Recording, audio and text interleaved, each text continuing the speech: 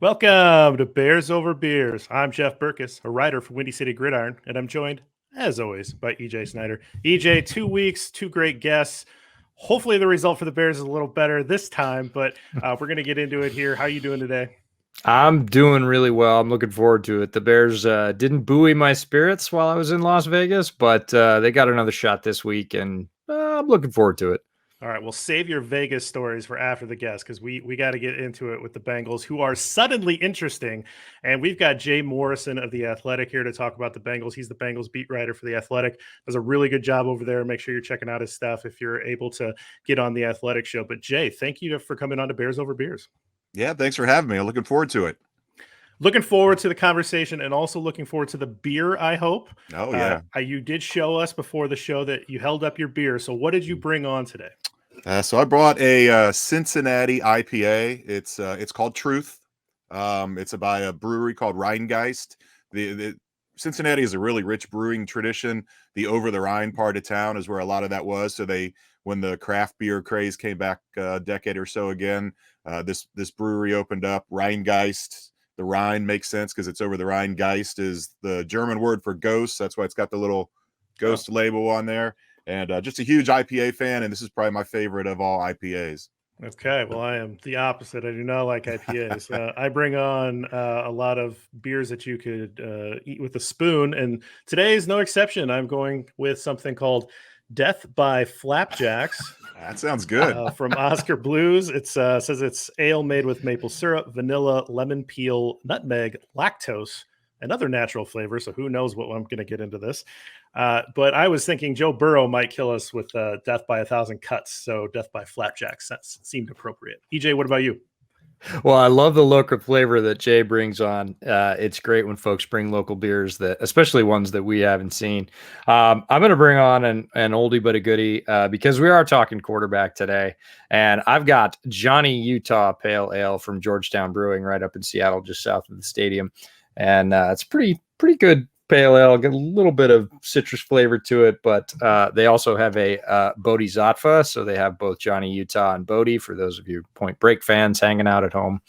But that's it. We've got three good beers, and we got plenty to talk about because, as JB said, Bengals showed a little bit of pop in week one. So let's get into the beers. Yeah.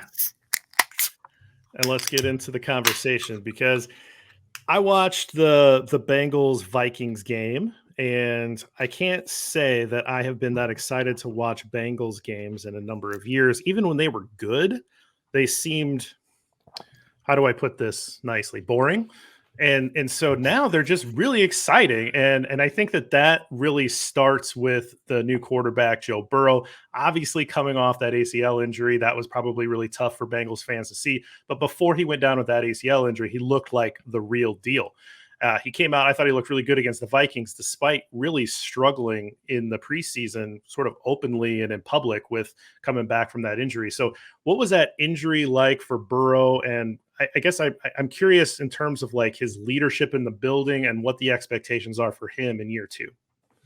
Yeah, I mean, it was devastating for him. Obviously, that offense was really starting to click. No real off season last year. It was all virtual, no preseason games. So he's thrown in as a rookie starter in week one, and really kind of led them on a game-winning drive against the Chargers. They had a touchdown pass to AJ Green overturned by a questionable offensive pass interference call. Then the kicker misses a gimme, says both of his calves seized up. So they lose that game 16-13. The next week they go out, it's 35-31 against Cleveland. He looks great. And he really, after that, there was a couple more struggles. And then right around week 5, week 6, just took off. And we saw this team, they lit up the Browns for a second time. They beat the Titans. It was Zach Taylor's first time beating a team with the winning record. Those were both playoff teams. It really looked like things were coming together. And then the injury hits. You're right. He was very, very candid about the mental block and the confidence in the knee kind of slowing him in training camp. But He came up with an idea that in 7-on-7 they would just have coaches running in front of him, running at the side. They're throwing those big stabilizing balls that you see people use in the gym. They're doing everything they can to put traffic around his knees just to kind of get that in his head that he's going to have to deal with that. And he really turned a corner after that, and he looked great. He only played 3 snaps in the preseason, and that was more just kind of a chance to let him dress, get in the huddle. They only had the 1 home preseason game, so he runs out, gets the ovation from the crowd, 3 quick snaps, get him out. So the big question was, is week 1 this year going to look like week 1 last year? Is it going to take a while to get ramped up to speed? And it did not. He looked terrific. Career high in passer rating, career high in completion percentage, career high in yards per attempt. And obviously he's only played 11 games, but still the best numbers he's ever had, and a career low in passing attempts. They really ran the ball well with Joe Mixon, kind of used that balance, and he did. He looked terrific, and you still, even though he came out of the gate hotter, you still kind of expect to see that ascension as the season goes on, as he gets more into a rhythm and gets things going. And I think Bengals fans, and like you guys said, it's people outside of the Cincinnati, it's going to be an exciting offense to watch. Whether they win or not, we'll see, but they've got a heck of a lot of weapons. There's just some sort of magnetism about Joe Burrow that draws people to him and want to watch him. And it's going to be a fun year. Whether it's a successful year, we got to wait and see. Yeah, I love Burrow. I loved him coming out. I was devastated when he got injured, just as an NFL fan, because you want to see the best players play at the highest level. I watched that game Sunday in a sports book, and there were a couple things that impressed me about the Bengals. One was they won that game. It wasn't handed to them. It wasn't that their opponent lost, right? But in the end, they came up with the win. And the other thing that you alluded to was the balance. This is the first time, as sort of Mike Brown as the architect, if you want to call it that, got to see all the pieces on the field. Burrow was the big one. They already had Mixon. T. Higgins was a nice surprise throughout last season, and now they add Chase, and here it all is for the first time on the field. You've got your towers outside. You've got Mixon running very well, and Burrow was just efficient. Like you said, he's only 20 of 27, but made the difference. And I think that's exciting for Bengals fans to be able to see all the pieces working together as envisioned for the first time. And as JB alluded to at the top, they're an exciting team because of that. They don't have to count on one guy, any one of those guys, to win. Any one or two of them can have a good week and propel the Bengals to a pretty good result.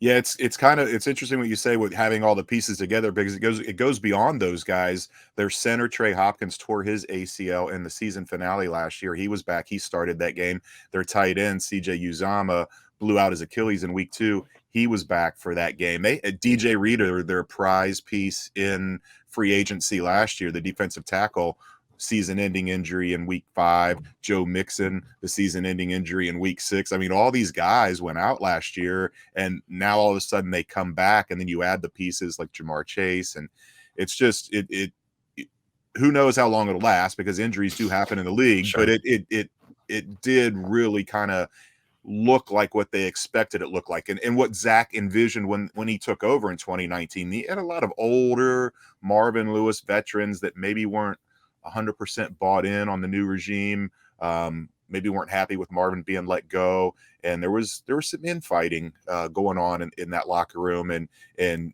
they finally purged what they saw as the trouble. And this is the first time it just really feels like Zach's team. A lot of young, confident, brash guys. And I know people, the Vegas line 6.5, people aren't expecting a lot of things from this team, but they've got a schedule that sets up with some easier games early. I'm not saying the Bears are easy, but it's not the juggernaut that December looks like. And they've still got Detroit. They've got Jacksonville. I mean, they've got a chance to get off to a good start. And you could really kind of see that young, brash, kind of cocky attitude that Joe Burrow and Joe Mixon and Tyler Boyd and Jamar Chase, all these guys exude that. And you can really kind of see this thing maybe snowballing and becoming something special if they can stack some wins early in the season. I want to follow up with something you said. You mentioned the head coach, Zach Taylor. It's not a guy that we know much about.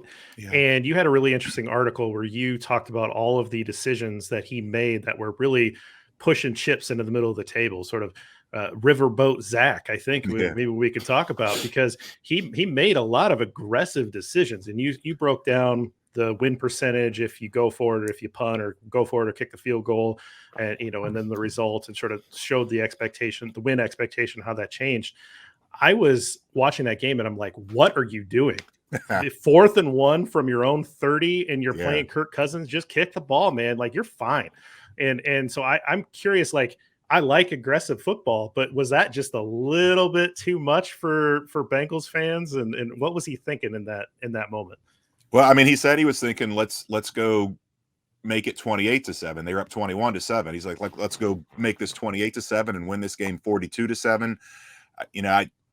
I wouldn't have done it if I was the coach. I think a lot of people, really rightfully so, were questioning the move. It's almost kind of a panic move if you're losing early in the third quarter and you're trying to make something happen.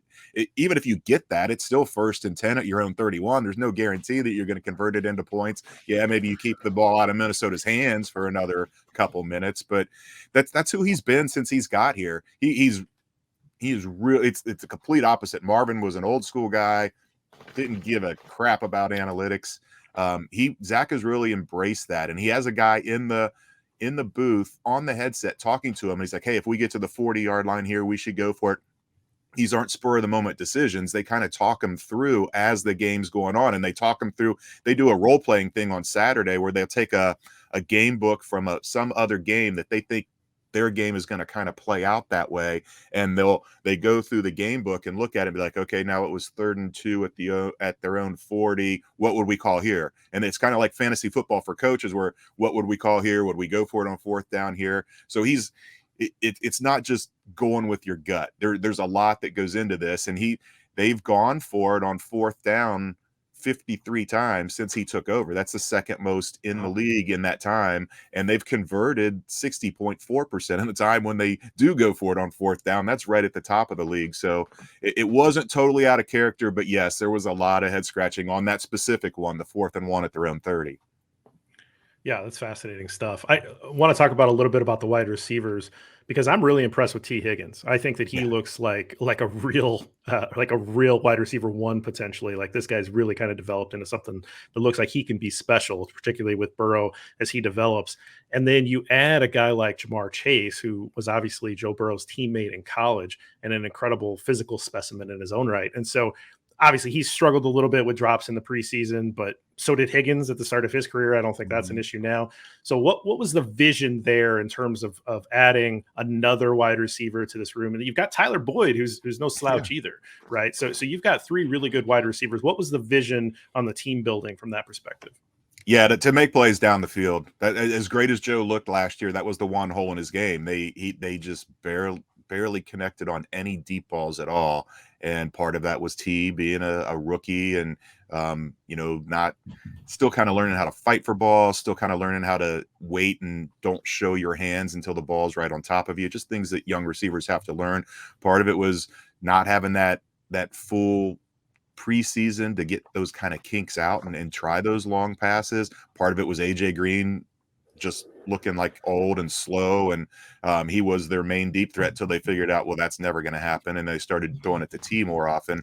But that's what the thought was with bringing Jamar Chase in, is you can have 2 number ones. You can have Jamar Chase and T Higgins, and you can really stretch a defense, and then you get Joe Mixon going where you can set up with the play action, and maybe you're not throwing those deep balls with tight coverage and just hoping your guy's going to make a 50-50 catch. Maybe it's going to be what we saw Sunday, where Jamar Chase just runs right by Brashad Breeland, and it looked like the national championship game or that 2019 season where Jamar Chase is just running through secondaries wide open and Joe's just hitting him in stride. So a lot of debate about taking the offensive tackle Penei Sewell or going Jamar Chase. They wanted to be explosive, and they thought Jamar Chase was the guy to do that for them, and it certainly paid off in week 1. Yeah, it gives them that balance. You talked about T. Higgins, and I'm really glad you brought up Green, because Green looked cooked last year. He looks a little bit better on a different team at the start of this year. But last year for the Bengals, it really was everybody saying, well, nope, that well's dry. We're going the other way. And when they did, T. Higgins was doing T. Higgins things, winning jump balls down the sideline, same thing he did in college. But he was it. And once teams figured that out, defensive coordinators really good at adapting went, hey, the only guy they're going to get it to down the field is probably T. Higgins. Again, they've got a really good third wide receiver, and he can play underneath. He can go deep down the slot, but they really had 1.5 things to defend. And I could see the Bengals saying, nope, we want 2 on every play. We want you to pick one. And Joe is tremendous at finding the one left open. He did it in college time after time. I called him a serial killer because he will gash you for whatever you leave open. He's excellent at that. And they just wanted to open it up. And like you said, in week 1, sure looked like that was a good choice. Yeah, I mean, the other issue last year was this offensive line was so bad that you don't have time to throw it deep. So, I mean, that's still kind of in play. They go out and they sign Riley Reif, a right tackle, who played a lot of years at Minnesota that I'm sure Bears fans are familiar with. They still have issues up the middle. Joe Burrow he took 5 sacks and 7 hits against the Vikings. But just having those 2 guys, and you mentioned it, Tyler Boyd is terrific. He's led the league in third down catches, in catches for first downs. He is money on third down, and he doesn't get the credit he deserves. And he was kind of okay with playing in AJ Green's shadow. He could have gone elsewhere and tested the market, and he's like, no, I like it here. I don't need to be paid like a number 1. I'm happy with my slot role. I believe in what we've got going here, and right now it might be hyperbole, but as we get to midseason, I don't know if you'll find another group of wide receivers that is going to be as impressive as this trio. They're definitely up there. I mean, Dallas has 3 good ones, Yeah. but when you start being able to have those conversations where it's like, we might have the best wide receiver I mean, that's pretty impressive that they've been able to put that together. But you talk about the offensive line, which is something that I'm always interested in and always concerned with, because that debate going into that draft, I was like, of course they're going to take Penei Sewell. Like, you got to protect Joe Burrow. Like, there's talent in wide receiver later on. And so, you mentioned a little bit about what's going on with the struggles in the offensive line and some of the holes, and Riley Reif at one position. But, it's going to be very interesting this weekend because the Bears have a good front 7 and they're struggling in the back end. And so, is Joe Burrow going to be able to have success with an offensive line that may not be able to protect him very well, but he's such a quick processor and can get the ball out. So I guess the question is, how many words did you write about Penei Sewell versus Jamar Chase? Oh gosh, I wrote about it. We went over it on our podcast all the time. I mean, it was, and I went back and forth. I kept waffling where, they should take Sewell. No, they should take Chase. I just think it ultimately came down to that they weren't convinced. They thought that Jamar Chase was the more lock of a prospect. They had questions about Penei Sewell, how he would translate to the NFL. And it's not like the Pac-10 is loaded with elite pass rushers. And yes, he looked good in college. He looked good on tape, but you're not facing the best of the best. And there's question about whether he would be best suited at guard. If they would have drafted him, he would have played guard. That was going to be their plan, was to play guard this year at least. And then see what happens with Riley Reif and if they re-sign him and stuff. But they had already signed Riley Reif. They had Jonah Williams, their first-round pick in 2019. They were committed to those guys as their tackles. And if they had drafted Penei Sewell, he'd been playing guard. And I just felt that they wanted the more sure thing, and they saw that being Jamar Chase. Yeah, it wasn't even so much about Sewell for the reason. I mean, Sewell was the headliner. Certainly you put some ink to it for sure, and some podcast time. A lot of people did, but people were, I don't want to say forgetting, but overlooking Jonah Williams, right? And that was their commitment. He was not some 5th rounder that panned out. He was a guy that they picked, decided was going to be their left tackle. He'd had some injury issues, but if they were getting him back healthy, he was their LT. And then you end up moving Sewell, and there's all the debates about offensive line and moving him. And JB and I talk about that all the time with him as a former offensive lineman, and when moving is a good idea and when it's not. And the idea of taking a guy that high and playing him out of position at guard, he would have been a fine guard, I think, is you get down to that balance that you talked about. Is Jamar Chase as a number one alpha wide receiver better than Penei Sewell is as a guard, because in our current situation, that's where he's going to land. What got me about the Bengals approach wasn't that they didn't go Sewell in the first. I was fine with Chase for all the reasons you went back and forth. It was, okay, now you need to start stacking chips on the offensive line, because last year that was your undoing, and your franchise savior hopefully got smashed because of it. You can't let that happen. And you saw what the Chiefs did in the offseason, have gone to the Super Bowl with a depleted offensive line in front of their franchise savior, and they said never again. They loaded up pieces upon pieces and said they're not all going to work, but we're going to have enough for sure. The Bengals, on the other hand, wait until the fourth round to pick offensive line. And that was the piece I was like, that just doesn't seem urgent enough to me. How did you feel about that? Well, they did go second round. They took Jackson Carman. Carman is right to play guard, who doesn't end up starting. No, he came in a little out of shape, a little just not ready to be a pro, I guess you would say it. And it's been tough love, and they do like the way he's responded, and he's come around. And I wouldn't be surprised at all to see him win that starting job at some point this year. They just didn't think he was ready right now. But this team, this organization, they just never have paid interior linemen, and so that was kind of their way of, let's go get a guy and let's go get three guys in the draft that are going to be interior guys. And actually Deontay Smith, their fourth rounder, was a tackle, but they've already converted him to a guard. And then they drafted the Georgia center Trey Hill, and they really are high on him. But it's still a case where, he's going to get better as the year goes, but I don't know if he's going to work his way into a position. They're happy with Trey Hopkins at the center, but it's just weird. It wasn't just the draft; it was free agency. They waited till the fourth day of free agency, the fifth day, till Friday, to sign Riley Reif. Everybody's like, "What are you doing?" They said that the focus was going to be on protecting Joe Burrow, and the last 2 years they have kind of broken out of their mode of not spending in free agency, and they set franchise records for the amount of dollars they spent in free agency last year and this year, and it was all on the defense. So Riley Reif was kind of like that last tackle out there, and they were lucky they landed him. Took him out to dinner at one of the best restaurants in Cincinnati. Joe Burrow was there. Sam Hubbard was there. It was the old college recruiting trip, sell the guy on it, and Riley Reif agreed to come here. And if he hadn't, they really would have been over a barrel.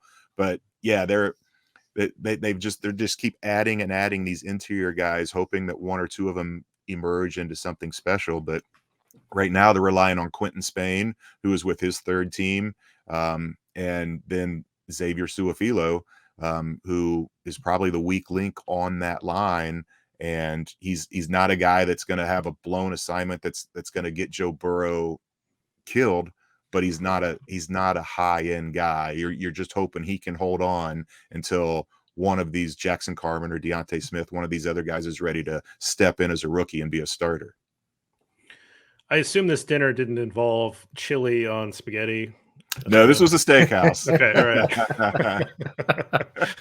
Oh, taking shots at Skyline. No. Chili, Hey, man. Oh, of course not. Local cuisine's local cuisine. I'm all for it. But we're gonna let you go here in a little bit. I know you got other things to do, but anything else that Bears fans need to know about this Bengals team as they get ready to watch the Bengals come to town? Yeah, I would say watch this defense. Everybody's talked about the offense, and we've spent 25 minutes talking about the offense. This defense, as I mentioned, they've spent heavily on it the last 2 years in free agency, and that was another reason Joe Burrow struggled early in camp. It wasn't just all his confidence in his knee; it was cornerbacks just sticking to these wide receivers and forcing turnovers. And this team, they've had 11 or 12 interceptions the last 3 or 4 years. They desperately want to increase that. They were next to last in sacks last year and last in pressures, and so they put a focus on the D line. They drafted three defensive ends, and 2 of them are already out for the year with injuries, so that's a big blow. But they're not they're not as deep as they want to be there, but they still have some high-end talent. They went out and traded their 2018 first-round pick, Billy Price, the center from Ohio State. They traded him to the Giants for B.J. Hill, a backup defensive tackle, and B.J. Hill's been here for 10 days, and he comes in the opener and gets 2 sacks against Kirk Cousins. Pays off right off the bat. The interior of this defensive line, I know the Bears have some issues on their offensive line.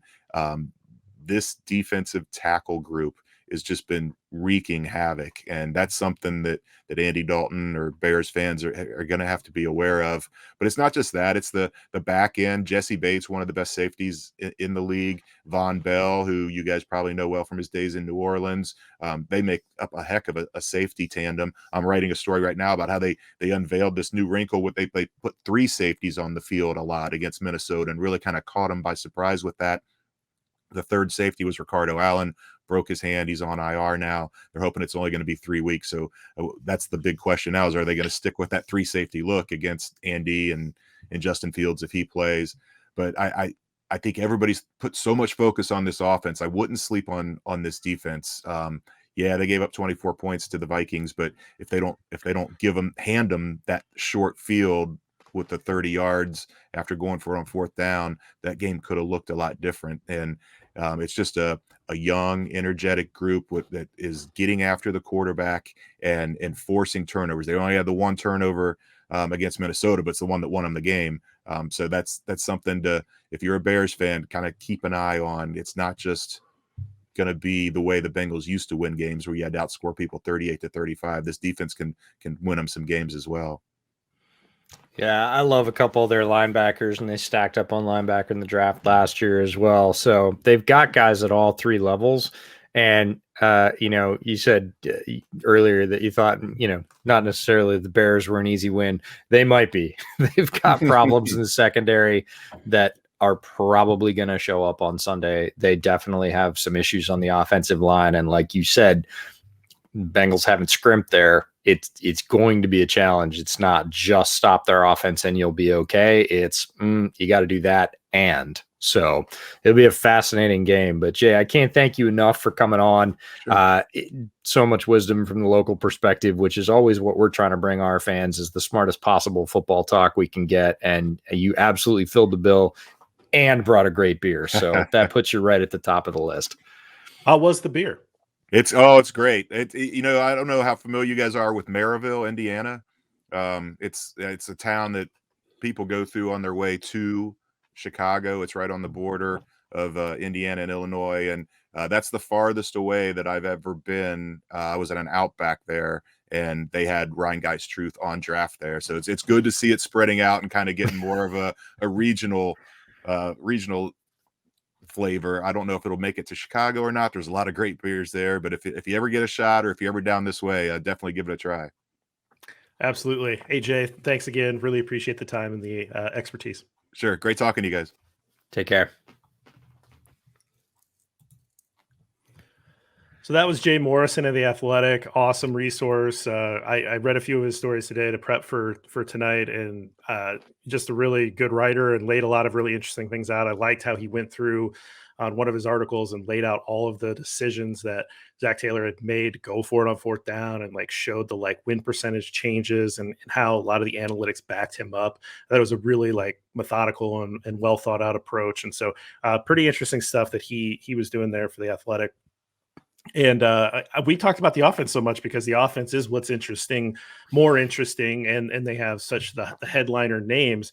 And honestly, I didn't really want to talk about the defense too much because I didn't want to talk about our offense all that much. But we're going to get into that a little bit after we take a quick break. And we'll get into previewing the game with some additional thoughts. All right, AJ, we're back. So let's talk a little bit about and build on what Jay was talking about with the Bengals. So one of the things that I'm most worried about for the Bears on Sunday is that trio of Jamar Chase, T. Higgins, and Tyler Boyd. That's 3 really good wide receivers. The Rams have good wide receivers, and they ate the Bears' lunch. Obviously, a couple of blow coverages that led to really big plays downfield for Matthew Stafford. That stuff has to obviously get cleaned up, but there was a lot of just open throws for Matthew Stafford in that game. and watching Joe Burrow operate against the Vikings, who the Vikings are the Bears, man. Like, I mean, this is like the Spider-Man meme where they're pointing at each other. Yep. And I'm telling you all year, like, watch Vikings games as scouting for Bears opponents, because they have a ton of common opponents, obviously, because they're in the same division. And so watch how the Vikings play some of these teams, because it's going to look somewhat similar when the Bears play them.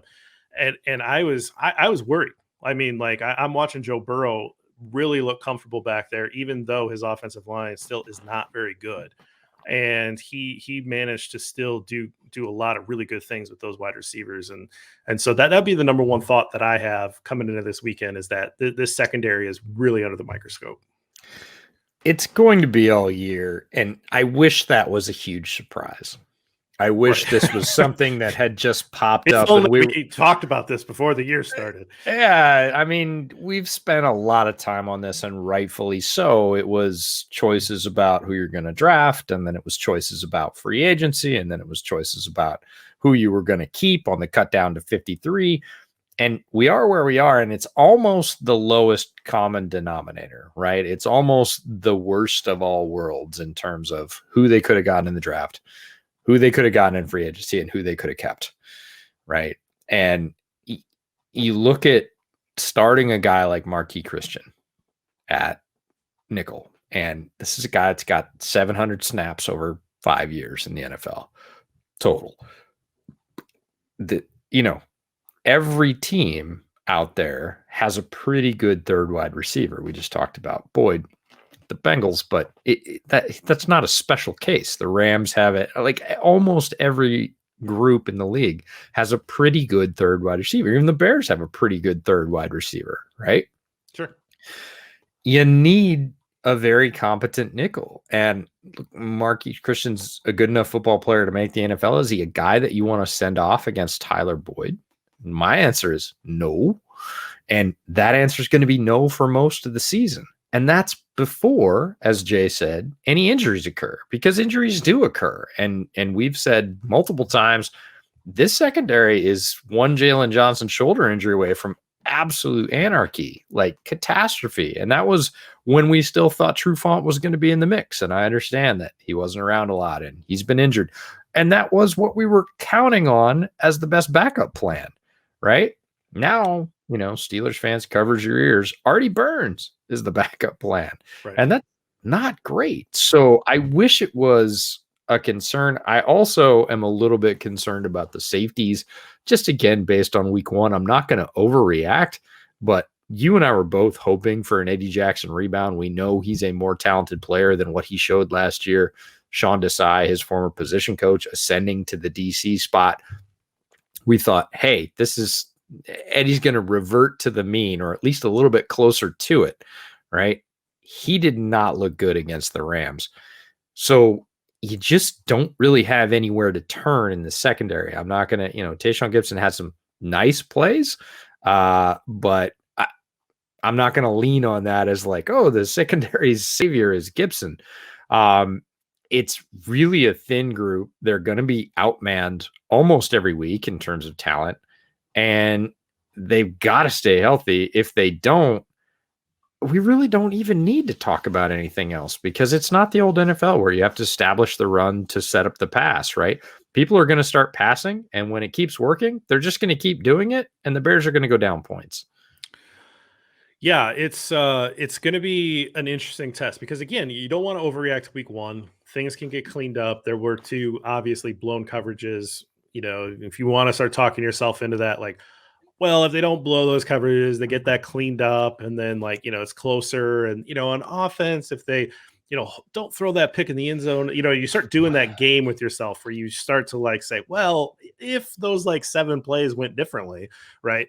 And I mean, that's not great. Right now we're at the point. Right now we're at the point where all right.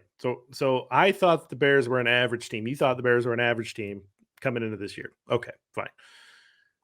Basically, why I think they're so much like the Vikings is that The Vikings, when I watch the Vikings, I'm much more objective about the Vikings than I am about the Bears. I guess, I've got my, my rooting interest. And I see the Vikings and I say, okay, they can beat bad teams. They can't beat good teams. And then they'll split with the ones in the middle. That's what I think the Bears are, if I'm being honest with myself. But we have to kind of worry about them not being able to split the games in the middle and have to compete with the teams at the bottom right now because of that week 1 performance. Now, I think the Rams, again, I said it last week, I think the Rams are really good. I think they're a Final Four team. I think they're a team that's going to go to the conference championship game. I think they'll win the West, which I think is the best division in football.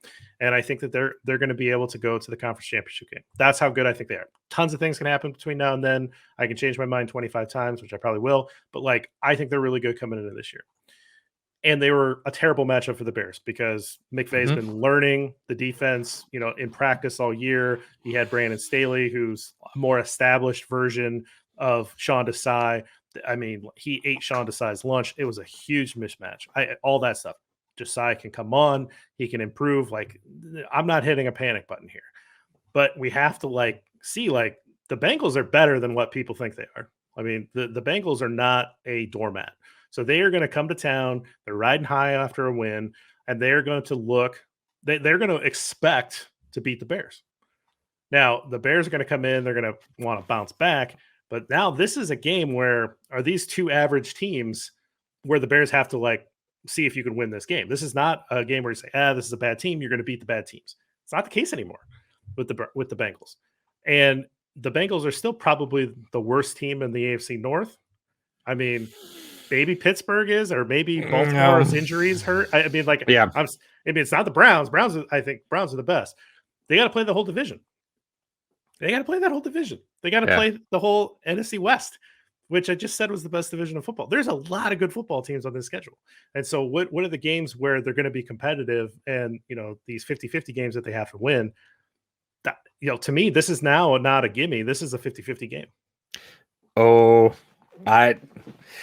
you're going the other way. I think it's a little bit.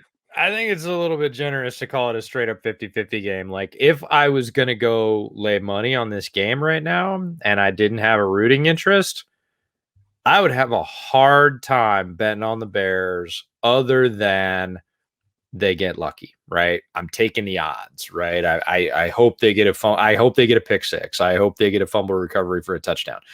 That's what I would be betting on the Bears on. If I'm betting straight up and they play a quote unquote normal football game, if there is such a thing, I'm really hard pressed to lay folding money on the Bears. I didn't see enough from multiple pieces. Again, not hitting a panic button. I'm not saying they're going to be over. None of that. Get that out of your head. That's not what we're doing here. But I'm with you that the medium games are no longer gimmies, at all. And I'm not even sure some of the gimme games are gimmies, right? Detroit played tough. They didn't play great. They didn't win the game, but they played tough. The Vikings, they didn't win the game. Again, I think the Bengals did indeed win that game. We talked about that a little bit with Jay, but they played tough. They put up a bunch of points. Right? If you're thinking those are games that the Bears had a pretty good shot in, you should probably reassess that because the Bears have problems on offense. It's not just the offensive line. It's not just Andy Dalton. It's not just Matt Nagy's play calling. It's all of those three things coming out to a pretty uninspired offensive performance. And we can argue at length, and we probably will, about when Justin Fields needs to play for this team. I think it's sooner. You think it's sooner. Pretty soon, the whole world's going to think it's sooner. Kyle Brandt definitely thinks it's sooner. Well, let's talk about that real quick. There's what we think, which is he should have played last week. There's what we would like, what we would prefer, or at least have a much bigger presence than last week. The second piece is what we predict will happen, which we've been consistent in saying week 4. Yep. Now, I'm not saying that's my preference. I'm saying that's what I think will happen. And now most of the writers that are the beat writers, the guys that are closer to the team, they're predicting later, and our friend Bill Zimmerman had a, kind of an inside source that said, guys, no, don't think that this is going to happen anytime in the near future. and you're hearing various reports off of that. I think that the fact that Matt Nagy played him for 5 plays and then said something to the effect of like, if the game was closer, I would have had more. I would have put him in more. Which, like, what? Matt, there's a good way to make the game closer. Yeah, keep him in. I just like what I don't understand the thinking that he was going through his mind when he said that. It just didn't make sense. But yeah, I guess my point here is that because he put him into the game at all, he's no longer following the Mahomes plan. He's following a plan to get Justin Fields up to speed and a little bit of runway as a proving ground here to say, yep, he's ready, or no, he's not ready. See, like, he didn't handle those 10 plays. He didn't handle those 2 possessions well, or whatever. Like, I think he's given him a runway so that he can get in. If he felt like he was going to keep him on the bench for, most of the year, he would. I don't think he would have done that. And so I think that there is at least some hope that we are on a pace to see Justin Fields be the starter by. I still think week 4 makes a lot of sense. You avoid Cleveland. He doesn't put him in harm's way that way. But I don't know what surprised you most about those 5 plays, because it wasn't the effectiveness of Justin Fields, because he looked great and that didn't surprise you. But what surprised you about the presence of the 5 plays? Not very much. It does feel like dip your toes, dip your toes, dip your toes. I come from the other end of this debate. Again, we're meeting in the middle at the same place, saying week 4. Some people are saying the promise, to Andy Dalton preseason, and that he was the guy. Like, the NFL is not about promises. It's never been about promises. If you look at contracts and how teams honor or don't honor them, it's not about promises. This is about results, and it's about meritocracy. And the piece of why I say I come from the other end of this debate is what you're starting to hear from a multitude of sources inside and outside. You've been hearing about from outside for a long time, but now you're starting to hear these quotes from guys inside the locker room that are towing the line between, I'm supporting my team, but I'm also saying this is a super stupid idea, right? That this isn't the thing that gives us the best chance to win. And we were talking about this over the weekend, that players know, right? We talked about this with some NFL writers and some other folks that we ran into in Vegas. And it's like, players know, and you can't sell the players down the river on, I'm playing this guy because of a promise or whatever. If Andy Dalton goes out and has the offensive production he had in week 1, and you can say whatever you want about the Rams defense. We just listened to Jay talk about how good the Bengals defense is. Is it the Rams defense? No. Is it a really good defense that can cause you fits? Yeah. And it's the freaking Bengals, right? It isn't about the defense. It's about what you can do against that. And if Dalton goes out and does what he has done in week 1, or about thereabout, right, in terms of how you felt throughout that entire game. And I think that's not a bad metric, right? Did you ever feel like he was really close to cracking one? Did he just miss a couple of shots that were going to break that game open or bring it close? The answer is no. You never felt like that. Everything felt hard. Everything, even the short stuff. Well, that's what it was. It was a 100% efficiency driven game plan where like you were looking to grind first downs, and that's fine if you have Drew Brees behind center and like he's going to hit every single throw with maximum accuracy, and he knows the ins and outs of the offense and knows exactly what the defense is going to do before they do it. Like, those efficiency monster type offenses can work if you have the right people, but like, Dalton's an average guy. Like, he didn't do terrible. Nope. But like, this is not a winning recipe. That this never throwing the ball but beyond 10 yards. Yeah, it's just there's no threat there, and people will and they did, especially Chicago fans. And being a Chicago fan, I understand it, and I certainly recognize it. Whenever things don't work, for whatever reason, they don't work, people start talking about all the other things, right? And what I mean by that is, Jay Cutler couldn't do it because they never surrounded him with people, and the scheme was bad, and and the bottom line is Cutler was right down the middle as a quarterback. He was dead average. And when Trubisky didn't do it, it was like, well, it's because Matt Nagy's a bad play caller and Trubisky will be amazing. So No, Trubisky's a backup making, sub $5 million for the Bills, who's probably not going to play. And, what they fail to do is look at the other side of the coin all those times. And this is what they're failing to do if they're saying that Justin Fields shouldn't play at this point, is to say, well, what about all the players where those things are stacked against them? Yes, Justin Fields is not going to have a great offensive line. Absolutely not. He's not going to have a ton of defensive support from the secondary, right? He's not going to have a grinded out defense that pushes another team into a bunch of punts and gives them a ton of extra possessions. That's a fact.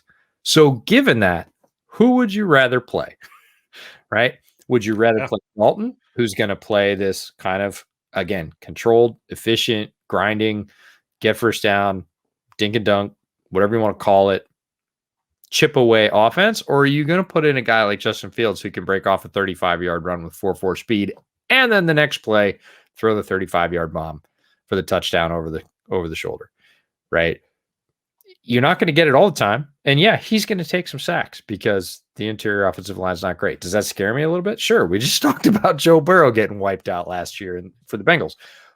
But in those downs, right, you're not going to have a stacked deck. The deck is going to be stacked against you. Would you rather have a wild card, or would you rather have somebody that is, efficient, productive, average, whatever? And it was our colleague Kev at Winnie City Gridiron who said my first post-game presser question to Matt Nagy would be, what is it that Andy Dalton did today that you think Justin Fields is not capable of? Right. Because it's not about, can he handle it, or is he going to get good looks? Or they're saying we're trying not to establish bad habits. Well, you don't have a team good enough to do that, right? You don't have an offensive line that you can put that guy behind and say, you're not going to start seeing ghosts because you're getting hit every third play. You probably are, but Justin Fields seems he's well built physically, can take a little bit of punishment. He can avoid the rush almost at will because of his speed. And when he's given even a little bit of time, and sometimes no time at all, he can make devastating throws downfield. Can Andy Dalton do that? And the answer is no. So they don't look at the flip side of that coin. It's all about risk mitigation, not, hey, I'm going to flip the coin, take some of those down plays, but I'm also going to get some of those big up plays. And that's what kills me about that argument. Worried about what you're losing and not what you can gain, which is a really great segue to talk about your trip to Vegas. Now, you don't have to tell us everything, but like, you were in Vegas for a big promotion. You were at the opener for the Raiders game. Yeah. I think we could put this game preview to bed, and we can talk a little bit about what the experience was like to this crazy Monday night game that was this crazy affair that went into overtime, and like even in the overtime was bizarre. Like I just kind of want to know what the experience was like in that new Raiders stadium. It was unbelievable. And first thing I want to say is a shout out to Raiders fans. I think Raiders fans, people have an idea of Raiders fans, and it's either great or terrible. And you hear things like they fight all the time and baloney. Like, the Raiders just moved, and people from all over the country came. There were a lot of people there from Northern California. I saw Raiders fans from as far away as Pensacola, Sarasota, Florida. They're like, hey, I grew up in NorCal. I live in Florida now. I have a successful business, and I flew out. There were Vegas locals there for sure. People from all over California, people from Colorado, Boston. I mean, Raiders fans are incredibly passionate. They're smart. They're super welcoming. There were a ton of Ravens fans there as well. And I think you're going to continue to see this in Las Vegas. When your team plays in Las Vegas, it's a place to go. There's tons of places to stay, lots to do. It's a destination. There were tons of Ravens fans there, lots and lots. And I saw zero negative interactions between Raiders fans and Ravens fans. Yeah, a little chippy, like, hey, Lamar's going to have a tough time tonight. Like, and they were giving it right back. And that was it. It was all friendly. It was all welcoming. It was all just football banter. The experience in the stadium, unbelievable. You have to put it on your list. It's the stadium itself as a physical piece it's whatever it was, $10 billion. It's a tremendous venue. It's right off the strip. It's gorgeous inside and out. The views, looking at it from the outside, everybody calls it the Death Star, and rightfully so. But tons of thoughtful touches on the inside, and some of the views from inside the stadium to outside are great. And more important, your experience as a fan, there is not a bad seat in that house. It is a purpose-built football stadium, and we were in the nosebleeds. We were 20, 25 rows from the very top of the stadium. We were directly under the press box. You'd think, oh, this is a terrible view. It was like having your own all 22. It was gorgeous. Again, just a tremendously welcoming environment, beautiful stadium, great fans, super passionate. And then the game itself was just nutty. It started out in the first half, and it was, I described it on Twitter as a really slow burn. There was a lot of poor execution on both sides, a lot of missed opportunities. It just the game kind of couldn't get itself started. Neither team looked like they really wanted to win. Execution wasn't very clean. There were a couple injuries, unfortunately, that required the cart that were rough, a couple ACLs. So it just kind of felt like, oh, look, it's an amazing stadium experience, amazing fans, great to be back in the stadium. But the game itself, it's kind of not that great. And then there were a couple of sparks in the third quarter, a couple of little explosions that you thought, oh, okay. And, the Raiders were on the downside of that. And then about midway through the fourth quarter, somebody dropped a sandbag on the accelerator, and it was straight off to crazy town at 100 miles an hour. All, of course, leveraged by the fact that my other podcast partner, Brett Coleman, was running a 5-team parlay on 25-1 odds, and he needed the Raiders to come home, lose by less than 4, or win. So we had alternate rooting interests, and then the craziness starts. He scored, he ended the game, he didn't end the game, people left, and then the referee comes back on the field and says, no, we're going to run it back. We're going to do this again. And, there's disbelief, people going, oh my God. And the highs were stratospherically high and the lows were incredibly low. I'm somewhat surprised that Brett survived the experience, but he ended up coming out on top. Fantastic experience overall. We really drained. But if you ever get a chance to go to Vegas for any reason and catch a football game, I can't recommend it highly enough. It's a super fun town, and it's a beautiful, beautiful stadium. And the fan experience was really, really good. If you go early in the season, hydrate. It was probably about 110, 112 degrees on the blacktop while we were waiting. It is really hot. But once you get inside, air conditioned luxury, gorgeous place. Tons of Raider greats were at the game. They had more musical talent than I can name off, like Gladys Knight sang the anthem. Ice Cube was the live halftime entertainment.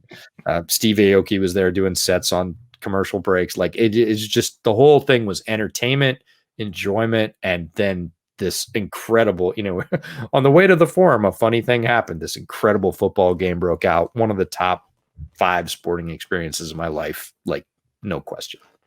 Yeah, you sent me a picture of Jim Plunkett and Fred Biletnikoff, and yep, I got it. They were in the booth because that's I was super impressed by that. By the way, Jim Otto was also in the booth. It was just they had pulled out all the stops. Mark Davis pulled out all the stops for the opening with all the fans, and it just felt that way. It felt like an event even before the game went historic.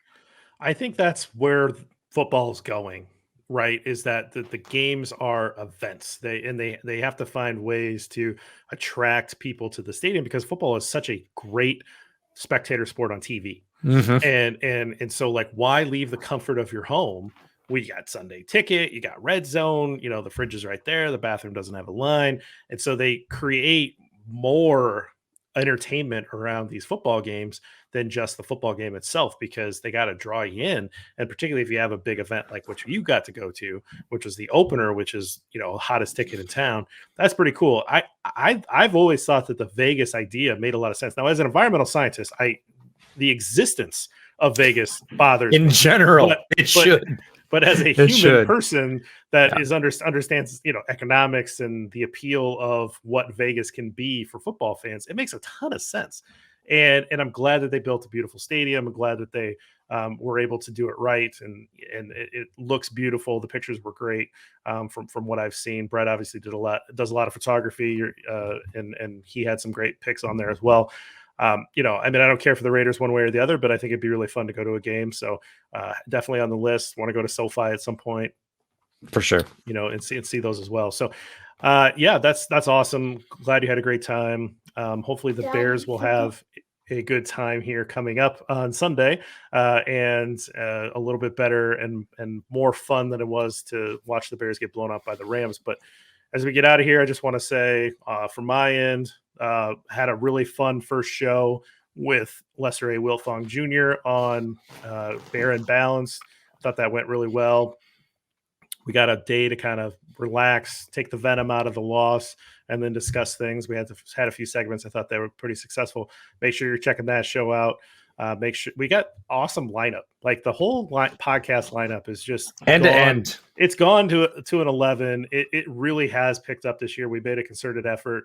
Robert Schmitz deserves a ton of credit for kind of trying to get us all in line. And there's a show every day or almost every day coming at you, and so you got more than you need for Bear stuff. But please listen to those shows and give us feedback on Twitter. I'm at Gridironborn. EJ's at the Draftsman FB, and we look forward to continuing this experience with you guys all year. I think it's all about Justin Fields, and I think we're going to get more of it, and I'm excited about that. And we're just going to keep talking. Yeah, I like the preview format. I really like that we've started off with a couple of banger guests, and we're going to try and keep that train rolling. We don't have total control over that, but we've got some really good ideas about great folks that cover teams that the Bears are going to play coming up on the schedule, and they just add so much value. Jay did today.